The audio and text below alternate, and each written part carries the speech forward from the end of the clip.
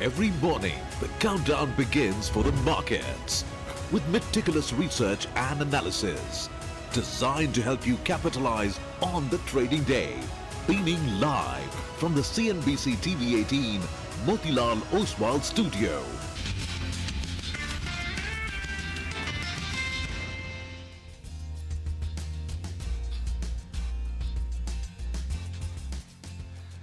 Good morning. You're with us here on a fresh new edition of Bazaar Morning Call. Middle of the week, it's a Wednesday, and global markets are looking a little wobbly. U.S. markets overnight have seen a bit of a risk-off after 2 days of decent gains. Will today be the test for that continued outperformance that we've seen at least over the last 5-6 sessions? That's the question. We're coming to you from the CNBC TV 18 Motilal Oswal studios. I'm Prashant. With me, my colleagues Surabhi and Mangalam. Guys, hi, good morning.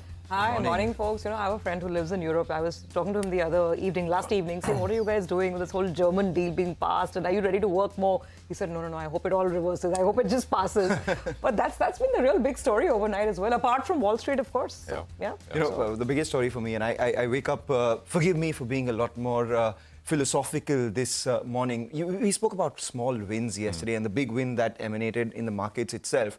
You saw the pictures of those astronauts landing into that middle of the ocean in that pod. Look at the glee on their faces. I mean, everything else that we discuss out here falls flat in the face of just reaching home. And it need not necessarily be your house, but just the earth. I mean, what a wonderful moment this is, right? 9 months of unpredictability. You're struggling with, whether I'll be alive tomorrow or not. Will everyone take me back or not? Look at those pictures, such beautiful images, and that's how I've woken up this morning. Yeah, that's history, that's humanity, that's everything rolled into one. Fantastic moments there. Absolutely. Over 286 days. Imagine counting every minute of 286 days of uncertainty. And a real complex ride back home. We crib about our rides back. This was something Traffic, else. Stock markets, infrastructure, nothing comes in the way of, wait for a moment and watch the smile on Sunita Williams' face. Oh, man, that's home. Happy to be home. Well, absolutely. And, the question, of course, for our markets here this morning is whether we'll be able to sort of, stay the course directionally or not as well. So let's just sort of rewind the clock to where we left off yesterday in terms of the U.S. session, and we'll sort of come back with, the probability of the market, what we do today here. So risk off in U.S. equities once again. And when I say once again, that is largely because Friday was 2% higher. Last Friday, the U.S. was up 2%. Monday, the U.S. markets were higher. But we sold off once again, 1.7% lower on the Nasdaq, especially. So Tesla was down sharply, NVIDIA, and a bunch of other names as well. So mega tech in the U.S. is performing very poorly. The air is leaking out of U.S. mega tech companies. Wix was up about 6%. You had that NVIDIA CEO, Jensen Huang, who spoke at the GTC conference, which is pretty closely watched. And I was saying this yesterday towards the close, that maybe that speech is not as important as it was maybe even 2 months back, when the only game in town was AI and mega cap and mega tech, etc. But in any case, I mean, a lot of enthusiasm about the size, scope of AI spend, etc., but didn't really move the broader equity markets like it would have about 2 months back. Now, in terms of geopolitical headlines, Russia has agreed not to target Ukrainian energy facilities for 30 days. This is after, of course, a phone call between Putin and President Trump. Of course, the only thing is, this looks like a kind of a temporary agreement, while a wider kind of ceasefire is negotiated, and both sides would want to do that. I mean, give a little and try to extract as much as possible before the broader ceasefire. So we'll see. Oil prices were down about 0.75%, 70.5, but don't attribute this to this or that, because, I mean, even as one conflict looks like a ceasefire is coming broadly into view, look at what's happening in the Middle East. I mean, the conflict is reignited once again. So about $70.5 on oil. Yields were lower, but marginally. Dollar index was flattish as well, so nothing very much on the broader dollar. Gold prices were up about 1% or so. Germany's fiscal package was cleared by the lower house of the parliament. The upper house will need to clear this as well. 2/3 majority needed there. But hopefully this will, at least that's the expectation, it'll get done. Bank of Japan decision today likely to be a non-event. We'll hear commentary, etc. Later tonight, you have the FOMC decision as well. We'll wake up to that. Again, likely to be a non-event. I mean, most likely with everything which is happening and so many different wheels in motion, the FOMC also expected to say that, well, we'll wait and see how things are going to progress. So that brings us to where we are here. So the backdrop is negative, especially in the US. But we've had a nice kind of about 1,000 or nearly about 1,000 odd point move from the lows 2 weeks back. So the near-term resistance, we, by the way, took out the 20-day on the Nifty Bank, the mid and the small cap indices. In the near term, the resistance is around exactly where we left off yesterday. Which is 22,847. We are at 22,834 as of yesterday's close. 22,847 is nothing but the 40 exponential moving average, a 40-day exponential moving average for the Nifty. Support comes in at 22,353, which is nothing but Monday's low. So these are near-term levels to watch out for. I mean, technically as well, after this 1,000-point move, and when you are recovering after a sharp correction, you want to take it day by day and you want to see how strongly the market holds out. And I think all of that will be very, very closely watched. The expectation was the market gets to about 22,800, and then we will see. We are there. And of course, we've got this US sort of a down day. So I think we'll have to see how the market responds. Resistance for the Nifty Bank as well. I mean, on your screens, 49,519. We left off at 49,314, and immediate support comes in the band of 48,481 and 48,629. Again, very, very near-term levels is what I'm putting out there. On your screen, 60 points higher for the GIFT Nifty, 22,953 is where we are starting. There is already the Bank of Japan headlines which are starting to come through, and I think it's a no change, like widely expected to be that to be the case. Surbhi.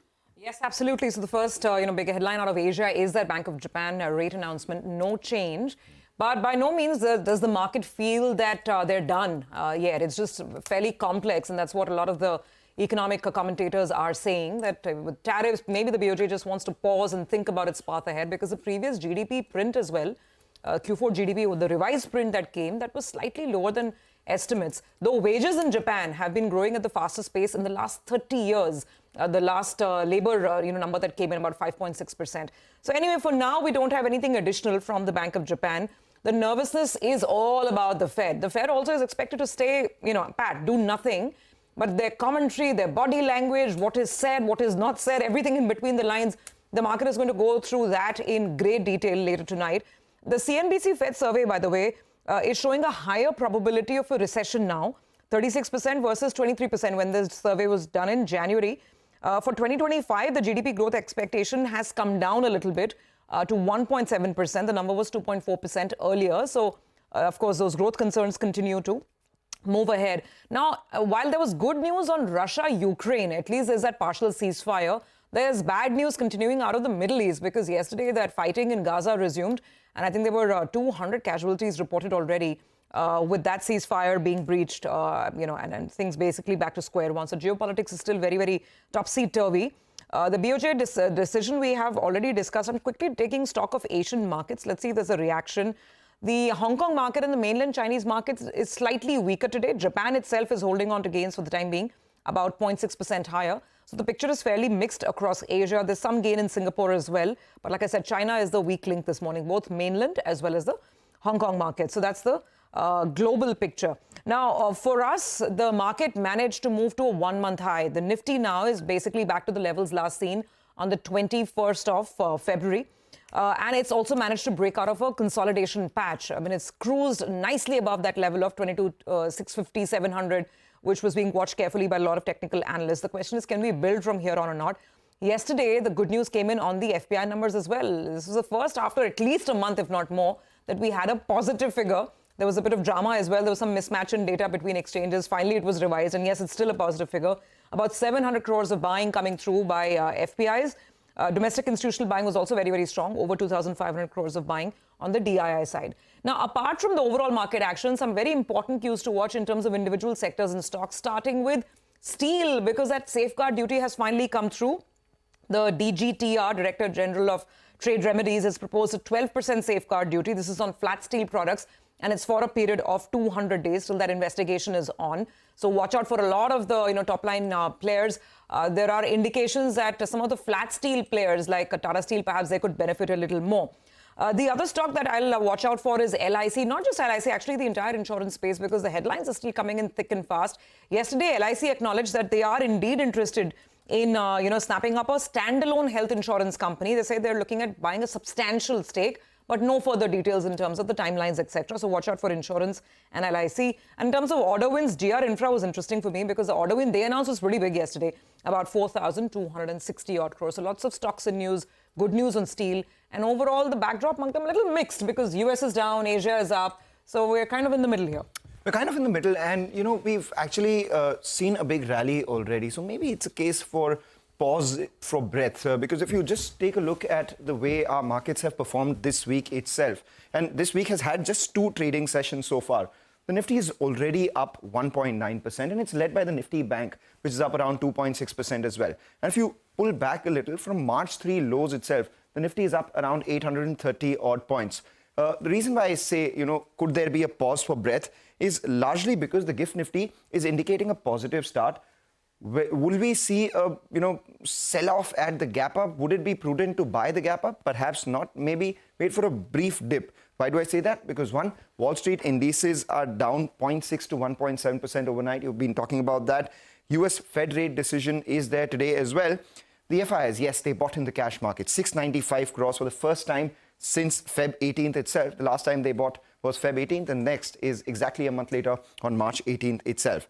Yesterday, the index futures saw a bit of correction in the open interest, both the Nifty as well as the Nifty Bank, telling you that there was massive short covering. And that indeed was the case as well. 4,800 crore worth purchased by FIs in index futures. 7,000 longs is what they've added. 24,000 shorts is what they've covered.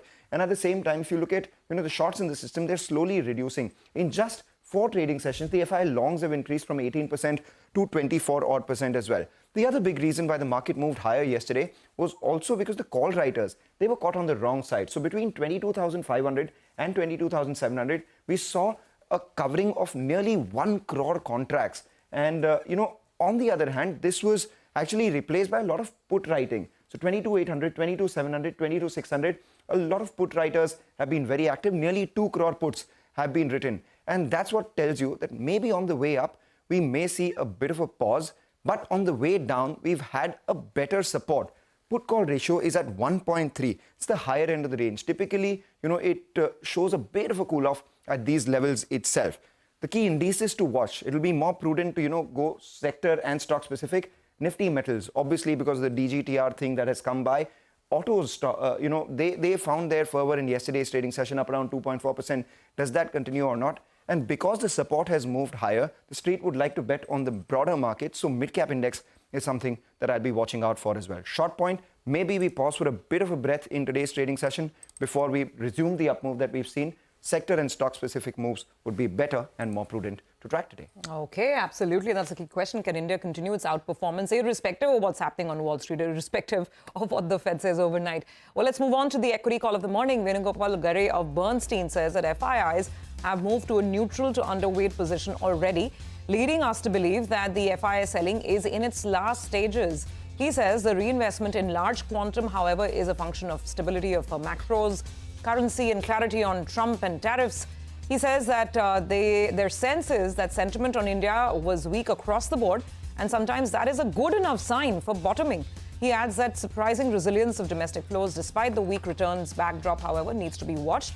Overall, he remains selective buyer of large caps with a positive return view on the Nifty 50 as against a cautious view in the second half of last year. So that's Bernstein saying that maybe we're close to the bottom.